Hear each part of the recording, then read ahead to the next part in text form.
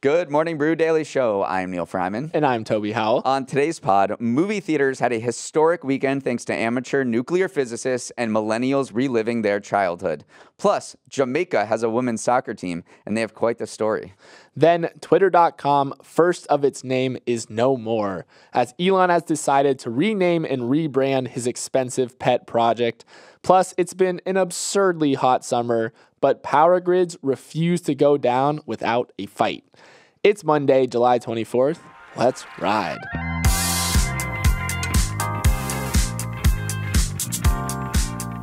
All right, Neil, thanks for tag teaming the show with Kelsey on Friday. I was in McCall, Idaho, as recently as last night, actually. And my biggest takeaway is don't forget you're at 5,000 feet of elevation when you're at 5,000 feet of elevation. In terms of running a marathon? No, it affected everything. I got sunburned quicker than I expected. I got out of breath a lot quicker. I played golf and even pickleball, and the ball travels further when you're playing these racket sports in golf. So I was just surprised that, one, that I was at elevation, and two, just how much it was affecting me. Elevation doesn't affect me. Oh, you're built, it has to be, you're built different. I'm built different. It has to be over like 10K. Try going to Breckenridge where it's 9,000 feet or Telluride. Let's do a little. 5,000 is basically sea level. I know, but I swear, like the ball is just floating on me. So that was my excuse. You're more in tune with your sport. Yeah, exactly. That's what I'll say. All right, now let's get into our first story. There's actually a line from Romeo and Juliet where Juliet asks her star-crossed lover, "What's in a name?" Well, Elon Musk must have been brushing up on his Shakespeare this weekend, because as of this morning, Twitter is officially ditching the iconic blue bird and the Twitter name to rebrand as simply X. So why the letter X? Well, Elon is obsessed with it. X.com was the original name of PayPal, which he co-founded. Elon is also the founder of SpaceX. There's the Tesla Model X. He has lots of ex-wives and girlfriends. Plus, the business entity of Twitter was already renamed X Corp earlier this year, even if the company branding didn't change until this morning. Clearly, he has a thing for X and has long harbored this desire to create an everything app called X since the PayPal days.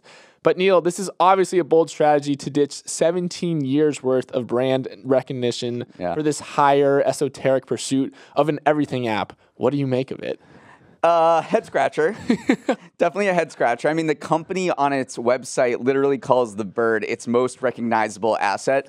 And just because of his obsession with the letter X, to ditch your most recognizable asset is, people are very prone to criticize Elon Musk's every move with Twitter. Whatever he does, people are going to say it's an idiotic decision. Yeah. This is up there with the top one. Oh, absolutely. I just want to talk about the rollout for a second.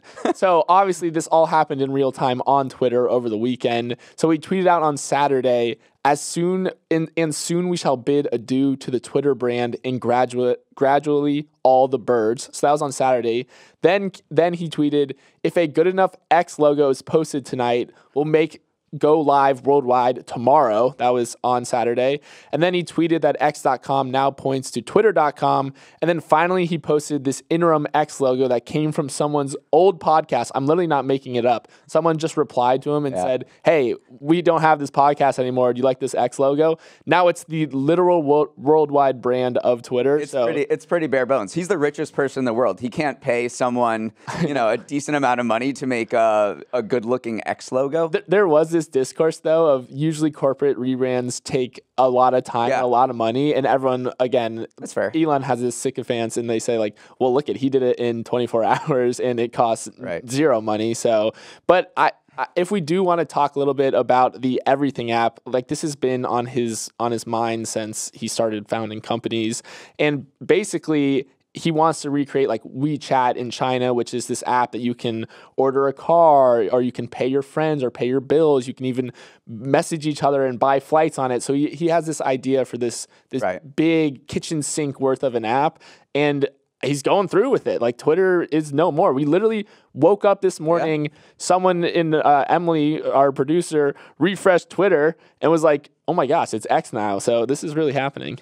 Also, the funniest thing about this in terms of the everything app is Linda Yaccarino, who's the CEO of Twitter/X or whatever, put out this absolute word salad of a tweet trying to justify why they're doing this. And she wrote, X is the future state of an unlimited interactivity centered in audio, video, messaging, payments, and banking, creating a global marketplace for ideas, goods, services, and opportunities. Here we go. Powered by AI, X will connect us in all the ways we are just beginning to imagine. For many people, that reminded them of a scene in Succession where one of the kids is talking about their new media company, and they called it Substack meets Masterclass meets The Economist meets The New Yorker. Basically, a meaningless jumble of words. I'm not sure in the end the name is going to matter. It's probably stupid to ditch the bird, which is a beautiful logo that people recognize all over the world, for something so generic like an X, just because you have a particular fascination with it and you name your kids after X. So I don't think this is going to matter in the long run. What will really matter, if he can stop people from going to Meta's threads and keep people on I was about to say tweeting on the platform, but I guess we don't say tweeting anymore. Are people going to say X? Are people not going to call this Twitter? That's my question. That's what I'm wondering. A lot of people have been openly wondering, is it Xing now? Like, what do you call exposing? I don't know. It's a weird time. Here's another problem. You don't really want to put X in your URL bar. First. There are a lot of reasons why and I'll let the audience figure it out, right there. Why you don't want to have a website that starts with the letter X. I didn't even think about that one. This is good. We need to be hired as brand consultants, Neil. Final note on the Twitter logo, because there is some interesting lore about it. One of the Twitter co-founders, Biz Stone, he's from Boston, and he named the bird Larry T. Bird after Larry Bird. I didn't know that. That's good. That's good lore too, as well. I guess there's not as much lore going on with this X logo. Yeah, it's just so generic. We'll see.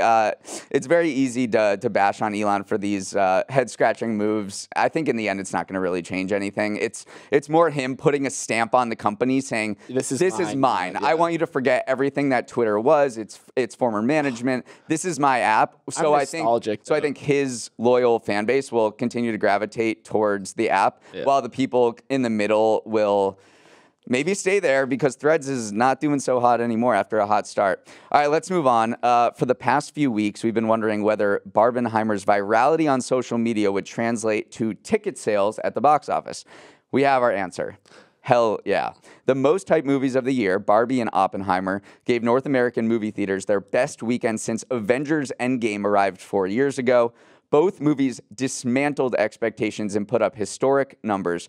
Greta Gerwig's Barbie pulled in $155 million in North America, good for the best opening of the year and the best domestic opening for a woman director in history. Oppenheimer, Christopher Nolan's saga about the father of the atomic bomb, grossed $80.5 million. That is a remarkable number, given that it's rated R and is a 3-hour period drama. The $80 million haul crushed projections for the film by 66%. So in the end, we learned that, at least when it came to these two movies, 1 + 1 = 3. They weren't really competitors. They were teammates, and the hype contributed to the hype for the other. About 200,000 moviegoers bought tickets to see Barbie and Oppenheimer on the same day, meaning they did a double bill. I know. Neil, I just want to run down through some of the stats that came out from this weekend, just so people can truly wrap their head around how big of an event this was. So first off, as you mentioned, Barbie was the biggest opening weekend for a female director ever, surpassing Captain Marvel. And then this is the first time in box office history that two movies opened to over $80 million each. First time ever, I said. Barbie had the biggest opening weekend of all time without a single IMAX screening, beating Twilight's New Moon, interestingly enough. Did you see that in IMAX? I did not. No. The biggest opening without an IMAX. Oh, without an IMAX. Yeah, so kind of a narrative. Because Oppenheimer took over all. Right. It's a little bit of a narrative violation, because we've been saying that IMAX has been driving sales. And then Barbie had the 5th biggest opening of all time if you don't include sequels and prequels. And I actually want to talk about that for a second, because thank God, this feels like the end of the prequel, sequel, reboot era, where all we got was just remakes of old films. And the reason why people are saying that is because The 5th Indiana Jones movie came out. That disappointed at the box office. Mission Impossible, the 7th Mission Impossible came out. That also kind of disappointed at the box office. And so here you had these two kind of novel, new creative approaches. Obviously, Barbie is based off of pre-existing IP, but the movie itself was so original and weird, even though I have not seen it yet. I'll have to do that as an asterisk. People are saying like this is a new creative approach to filmmaking, and then obviously Christopher Nolan does something new every time he takes the screen. It could. Be, I get that. I think it's just new. I think it's that particular IP has been tapped out. The Fast and the Marvel. I mean, even Disney CEO Bob Iger was like, we have to pull back on Star Wars and Marvel. We've literally squeezed all of the juice that we could.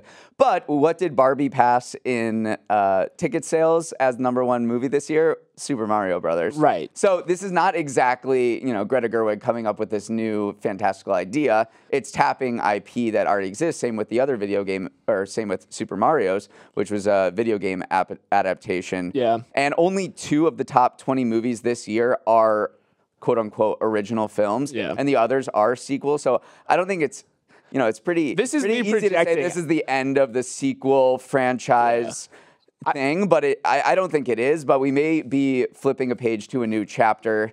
I guess the big question is, how much is this a flash in the pan, or is this a new era of filmmaking, or is this kind of just a blip on the radar? Because movies, I mean, the greater movie industry right now is going through some rough times. This is going to be the biggest weekend in months and perhaps years because of the writer's strike and actor strike that's going on. Yeah, well, and I was also just looking at it as kind of a bookend to the pandemic era of Hollywood. If you look at the pandemic box office hauls, you see these massive spikes for Avengers Endgame, for Spider-Man No Way Home, and then the rest of it is like super muted until Barbenheimer. So it also comes up as like this huge heart rate spike. Yeah, outlier. So it's going to be an outlier. Before we move on, we have to go back to our predictions. Oh, yeah. Which I don't really want to remind you of because we didn't do well. But we said Mission Impossible 1, Barbie 2, Oppenheimer 3. And it looks like Barbie came in #1 with 155 million. That's by far the most. And then Oppenheimer, 80.5 million. And Mission Impossible had 5 days over the holiday weekend, and it only brought in 80 million. So here's the deal. I get it completely wrong. So what do I get? I literally got everything inverted. So I guess the hair is going pink after my wedding. So that's what I'll say. All right, Neil, let's move on to our next story. You're getting married? No, not my wedding, but I do have another wedding coming up. We both know it has been hot as heck recently. We're talking hottest days ever recorded on Earth hot. And one of the multitude of side effects we kept an eye out for during this heat wave was how power grids across the globe would hold up. Hot days mean people run their ACs a lot more frequently, which puts a ton of strain on the power grids, especially in the likes of ultra-populated states with fragile energy infrastructure like Texas and California, as well as over in Europe. Well, it turns out that those 3 problem children are doing surprisingly okay. California hasn't had any rolling blackouts so far. The Texas power grid that imploded during that freak winter storm in 2021 has held up all right. So what's the secret sauce? For California, it's been hydropower. For Texas, it's been solar. And for Europe, it's been a bit of a mixed bag. We'll get into that.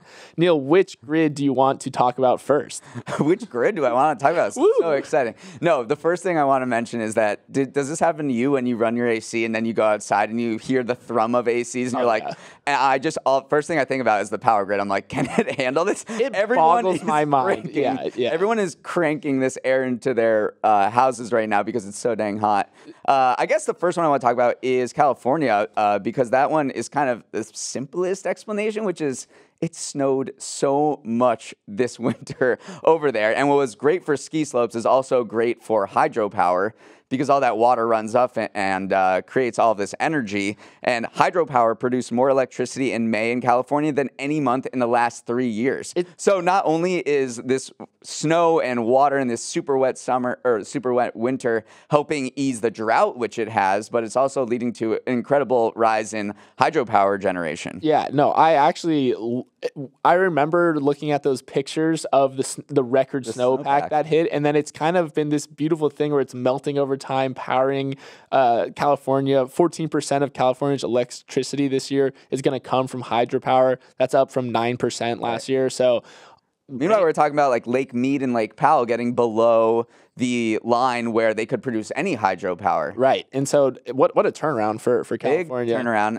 And then Texas has been leaning on renewable power too. So Texas's power grid has more than double the amount of solar capacity this year compared to last year. So it kind of was one of those things where Texas had that really, really horrible 2021 storm that put so much strain on the power grid, and they doubled down on solar and wind to kind of make up the. I didn't know this, but Texas actually has more wind capacity than any other state in the nation. People don't know that because they think of Texas as this very conservative Republican state Houston's the oil capital of the world.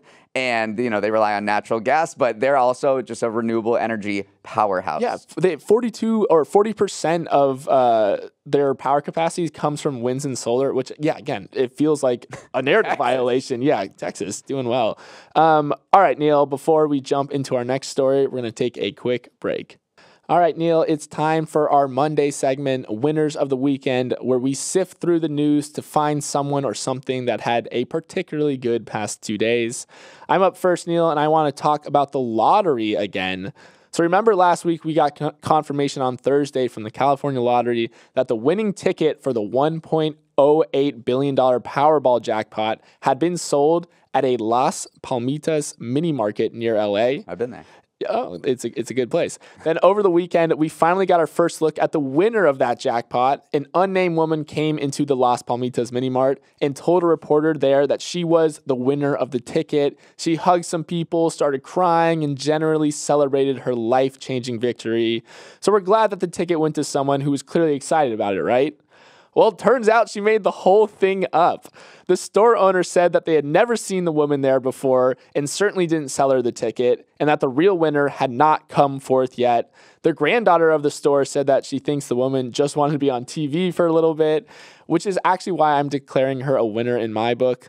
Listen, you only get so many chances at your 30 seconds, 1 minute of fame, so I respect the heck out of her just going into the store and saying, listen, it was me, everybody. Like, congratulations to me. So, kind of a ridiculous winner of the weekend, but it made for a funny viral video. Does this happen every lottery? It doesn't. I don't think it does, because it's actually not that beneficial to declare yourself the public winner of a lottery, because then you'll get a lot of increased attention. Some people might be a little dangerous towards you going forward. So, I really think she was just after the fame. Maybe your winner should have been the store itself. The store itself, yes, that was my next point. The store actually nets $1 million for selling the winning ticket. There you go. And the store owner, Navar Herrera, says that he'll use that money to take his family on a luxury vacation and start a college fund. So I guess he's the real winner here. So the Powerball has not been claimed yet. There's no winner. It's been sold, but no one's come forth to claim it yet. So it's not us, though. All right. My winner is the Reggae Girls, which is what the Jamaican women's national team calls itself. Over the weekend, the team held France, who's ranked 38 spots above them, to a scoreless draw at the World Cup in one of the bigger shockers of the tournament so far. It was Jamaica's first ever point at the World Cup. But even getting to the World Cup has been a journey for Jamaica, who's accused its soccer federation of being extremely disorganized and sometimes not even paying them what they're owed. They wrote a letter to the organization expressing their utmost disappointment at the subpar support for them. But unlike the Jamaican bobsled team, they don't need John Candy to help. One of the midfielders' moms started a GoFundMe to help support the team financially, which raised $50,000, and another campaign raised $45,000. These girls are plucky, and if you're looking for an underdog to get behind at the World Cup, I think the Reggae Girls are the way to go. And I just want to talk about the team itself. This is their second World Cup in a row. They're ranked 43 in the world, but France is a pre-tournament favorite, and so they did really, really well. Yeah. Unfortunately, they picked up a red card right at the end of the game. It was like a really soft second yellow. But I love this story. Obviously, people are going to make the cool runnings parallels, but this is a legit federation. They're doing really well. They have some NWSL USL players who were drafted highly. So and a Manchester City striker. She's the one who got the red card, right? Yeah, I think her name is Bunny. It was a bit of a bummer, but yeah, just a feel-good story. And you love that, the moms come forth and just say, listen, let's get our girls there. It's a feel-good story, but it's also frustrating that it shows just how disorganized and the lack of support that women's teams get in certain countries. Jamaica is super pissed at theirs for being incredibly incompetent, and Canada is also mad at their own federation for not paying them equally as the men's. Obviously, the U.S. women put on this full court press to get what they're owed. Yeah. So it kind of exposes a lot of the problems that are happening in this sport. But MBD, we're putting we're reggae girls. I love supporters. That. Okay, Neil, let's move on to our next story where the Nasdaq is undergoing a special rebalance because just like us, after hitting the gym too much, it's looking a little top heavy. So a special rebalance is triggered whenever the aggregate weight of companies that make up 4.5% of the index tops 48%. So put another way, Microsoft, Apple, Nvidia, Amazon, and Meta are doing way too much heavy lifting right now. Neil, this is not an abnormal thing, but it's not super frequent either. It's only happened twice in 2011 and 1998. But it kind of goes to show what an absurd rebound big tech has had this year. Yeah, there's these magnificent 7 stocks, which has replaced FANG acronym as sort of these mega cap tech companies: Meta, Apple, Amazon, Alphabet, Microsoft, Tesla, Nvidia. And the problem was when we were saying the Nasdaq went up 2% today, the Nasdaq fell 1% today. We were literally just talking about like 3 or 4 companies who were driving outsized gains or losses in this particular index. So it's something that needs to happen. What is gonna, are you gonna open up Robinhood or your brokerage this morning and see havoc in tech companies? Not really. Analysts don't really expect this to have a meaningful impact on stock prices, but investment firms that offer funds that track the Nasdaq 100 will have to sell and buy particular stocks to make up for these rebalancing and have their weighting equal what it looks like in the Nasdaq 100. Yeah, so that is how it's going to affect like the everyday investor, is that whatever your concentration is in big tech is going to change a little bit because, these indexes like the Invesco QQQ, which is actually the second most traded ETF on U.S. stock exchanges. So a lot of people have like a little bit of money in the QQQ. Yeah. And basically what it's going to do is reduce the concentration in top tech companies. So if you want to remain as highly concentrated, then you got to buy a little bit more of that magnificent 7. But one final note, the Nasdaq 100 that's doing the rebalancing is not the same as the Nasdaq composite. So when we say the Dow, the Nasdaq, and the S&P 500, when we say the Nasdaq, we're talking about the Nasdaq composite, which is basically all of the stocks that are traded on the Nasdaq exchange. The Nasdaq 100 is just the top 100 non-financial companies within the Nasdaq composite. So it's a little confusing, but this is just a narrower slice of the the Nasdaq that we talk about that's made up of a lot of big tech companies. Love getting into the nitty-gritty of the stock market sometimes. Not financial advisors. Not financial advisors. You don't have to remind people. They know. All right, let's get into our week ahead, what you can expect over the next couple days. A lot of earnings. I think 166 S&P 500 companies are going to report. That's 1/3 of the entire index. Just did that math in my head. We got Meta, Alphabet, Microsoft, McDonald's, Coca-Cola, ExxonMobil. Any ones you're particularly looking forward to? I mean, anytime big tech reports, like you got to pay attention to it a little bit. I'm also just curious about McDonald's because remember the Grimace Shake phenomenon that we talked about?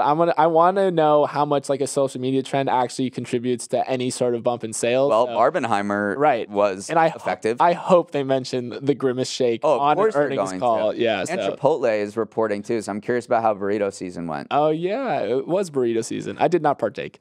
What? Okay. What else is going on? Maybe the final Fed rate hike of the cycle. Jerome Powell and his buddies will meet on Tuesday and Wednesday. They've been hiking interest rates for 16 months. I don't have to tell anyone who's paid a loan recently.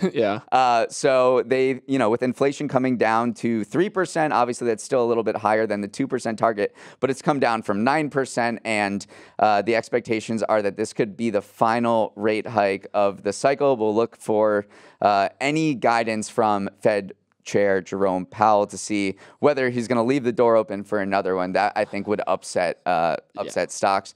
We also have the Women's World Cup going on in Australia and New Zealand. It's at really weird times. The U.S. women won Friday night, and they're playing again Wednesday night against the Netherlands, so that'll be something we're going to watch. It's a rematch of the last World Cup's finals, actually. So. And the Netherlands knocked the men out. Yeah, from the previous. We got some beef. We got some beef with the Netherlands. When are the reggae girls playing again? We have to find out. Yeah, we're bad fans. All right, what else is going on?